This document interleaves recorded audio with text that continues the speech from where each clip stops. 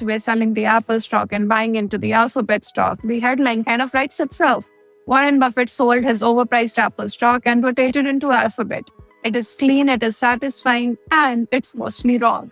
The real story is more useful, and it's not really about Apple or Google at all. It's about a way of thinking about price that lets you make good decisions without having to predict the future. Buffett drove the Apple exit and opened the Alphabet position. His successor turned Alphabet into a conviction bet.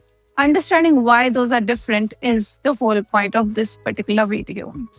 Strip away the noise, and what is left is a single discipline applied twice in opposite directions.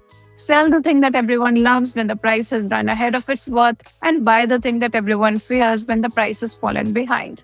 That discipline, not a crystal ball, is the story out here.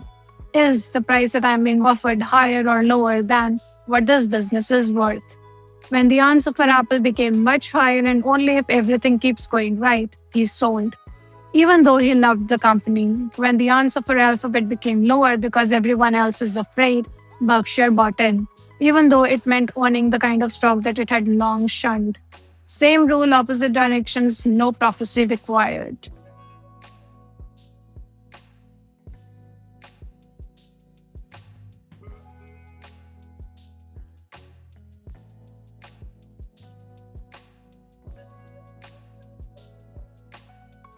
Hello everyone, welcome back to our channel and welcome back to the Capital Insight series. This series sits within our Fundamentals of the Noise series, and today we wanted to talk to you about price and not prophecy and what Warren Buffett's Apple exit and Berkshire's Alphabet bet reveal about the valuation discipline. We especially wanted to focus on this topic because given all the noise regarding the AI, regarding Apple, regarding Alphabet, regarding SpaceX IPO, SpaceX buying Cursor within 2 days, all this noise that is going around these days made us think back to the fundamentals. And when one thinks of fundamental, one thinks of Warren Buffett and Charlie Munger. So today, let's focus on what Charlie Munger and Warren Buffett and Berkshire Hathaway did when they faced similar situations in the past. So if we talk about Berkshire Hathaway selling the Apple stock and buying into the Alphabet stock, the headline kind of writes itself. Warren Buffett sold his overpriced Apple stock and rotated into Alphabet. It is clean, it is satisfying, and it's mostly wrong. The real story is more useful, and it's not really about Apple or Google at all. It's about a way of thinking about price that lets you make good decisions without having to predict the future. Let's talk about the story that everyone tells and why it's a little wrong. Now here's the version that you've probably read. Buffett spent years building Apple into the largest position within the Berkshire Hathaway's portfolio.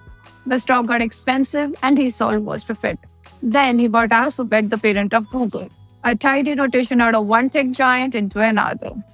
Almost every piece of that is true in isolation, and the way that they are strung together is misleading. The Apple selling and the Alphabet buying were not one trade. There were two separate decisions made for two different reasons, and this straddled a change at the very top of Berkshire. Buffett drove the Apple exit and opened the Alphabet position. His successor turned Alphabet into a conviction bet. Understanding why those are different is the whole point of this particular video.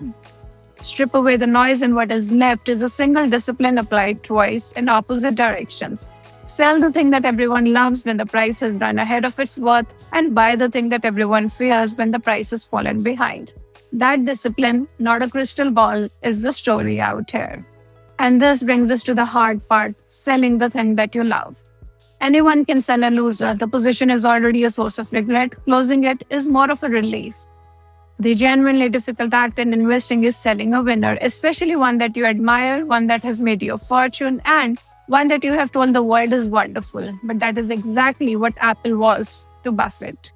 Berkshire Hathaway started buying Apple in early 2016, eventually putting roughly $36 billion into it, about 1 billion shares at average, and costing it $35 a piece. It became the firm's single biggest holding by wide margin. Buffett called it one of the best businesses that he knew and described it as more important to Berkshire than anything else that it owned outside of the insurance companies. By the autumn of 2023, Apple made up well over 40% of Berkshire's entire stock portfolio. And then he sold roughly 3/4 of it. From a peak of about 915 million shares in September of 2023, Berkshire cut the position to around 228 million shares by the end of 2025. He did this to his favorite holding, the one that he had spent years praising. This is what discipline looks like when it actually costs something. Anyone can sell a loser. The discipline is trimming your best idea because the price, not the company, has gotten ahead of itself. And this brings us to a very important question. What does expensive actually mean? You don't need to predict the future, you need to respect the price. It's worth being honest about Buffett's stated reasons because they matter for the lesson. He did not say that he was selling because he foresaw some specific problem coming for Apple. He pointed mostly to the taxes locking in gains while the capital gains rates were low, and implicitly to the simple risk of letting any one stock become too large a share of the whole. But the scale of selling tells you something the tax explanation alone does not.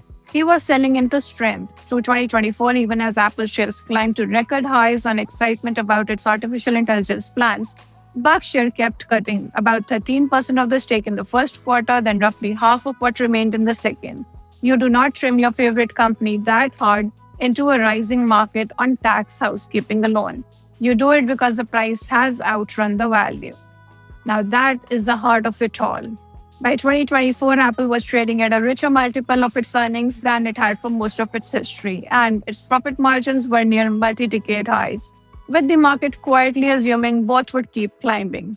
Buying at that point means paying today for a degree of perfection that has to hold for years. A disciplined seller does not need to know what will go wrong. He only needs to recognize that he is being asked to pay for everything going right. Here is the arrogant part. The whole purpose of a margin of safety, buying at a price well below what a business is worth or selling when the price is overshot, is that it protects you against the things that you cannot see coming. And something did come. Well after Buffett's selling, the surge in demand for memory chips began squeezing exactly the kind of costs that pressured Apple's margins. He did not predict that. He did not have to. He had already declined to pay for a future in which nothing went wrong, and the unknown that eventually showed up simply proved why the restraint was worth having. Let's move on to the mirror image, buying the thing that everyone fears. If selling Apple was a discipline pointed in one direction, Alphabet was the same instinct pointed the other way. Heading into 2025, Alphabet was the cheapest of the so-called Magnificent Seven stocks, the small group of giant technology stocks that dominate the market. It was cheap for a reason that felt urgent at the time. Investors feared that AI chatbots would eat into Google's search business, the engine of its profit. Fear had pushed the price down. In the third quarter of 2025, Berkshire bought in roughly $4.3 billion, about 17.8 million shares, instantly one of its 10 largest positions. The timing also carried a small irony. Warren Buffett and his late partner Charlie Munger had spent years openly regretting that they passed on Google when it was young. Now, with the same company knocked down by a fashionable fear, Berkshire finally stepped in. Notice here that it's the identical muscle, selling a beloved business because its price is outrun its worth, and buying a feared business because its price has fallen behind its worth. These are two expressions of one habit: judge the price against the value and act when they diverge. Most investors find both halves emotionally impossible, which is precisely why the discipline is worth so much. This snapshot gives you the rotation by the numbers from 2016 onwards to the June of 2026, wherein we see the building of the Apple stake, Apple being at its peak in the quarter 3 of 2023, the heavy selling in 2024, the Alphabet being initiated, and finally, in June of 2026, the direct bet. We have done multiple videos on our channel on Warren Buffett, on Charlie Munger, the Berkshire Hathaway bets, and we have also covered almost all these points separately. Do check out those videos and particularly check out the wisdom series that we have done on Warren Buffett and Charlie Munger.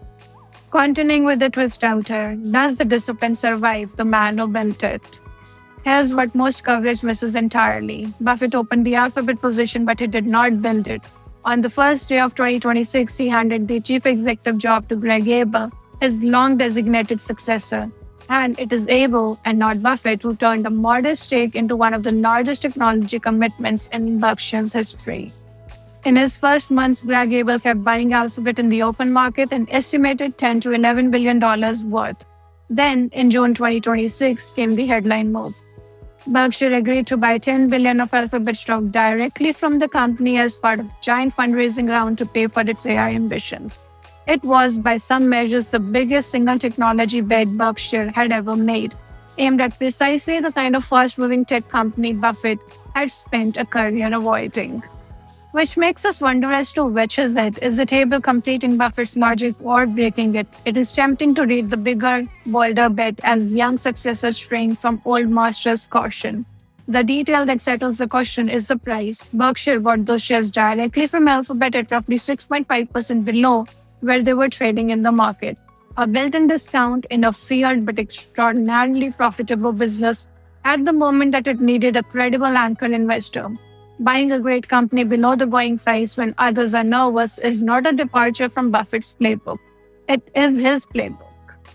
The temperament around the discipline changed. Abel is plainly more comfortable writing large checks for technology than his predecessor ever was, but the discipline itself has held. The question was always price against value, and on that test, Alphabet bet passes whoever signed it. Let's wrap up this video with the lesson that you can actually use. As always, with Warren Buffett and Charlie Munger, there's always a lesson that can be taken. And this time also, the lesson is what they've always been saying. Sell the greed, buy fear, skip the forecast. It is easy to turn Buffett into a mystic who simply sees further than everyone else. The Apple and the Alphabet story suggests something less magical and far more usable. He did not need to know that memory costs would spike or that Google's search business would prove more durable than the doubters feared. He only needed to keep asking the one question that he has always asked. Is the price that I'm being offered higher or lower than what this business is worth? When the answer for Apple became much higher and only if everything keeps going right, he sold. Even though he loved the company, when the answer for Alphabet became lower because everyone else is afraid, Berkshire bought in, even though it meant owning the kind of stock that it had long shunned. Same rule, opposite directions, no prophecy required. That is the quiet power of the valuation discipline. It does not ask you to be right about the future. It is impossible to predict that. It asks you to be honest about the present, which is merely hard. In a market, once again, paying dearly for a future in which everything goes right, that is the distinction worth keeping close. Discipline doesn't ask you to be right about the future. It asks you to be honest about the price, which is there in front of you. That's all that we have for you in this video. Stay tuned in for more.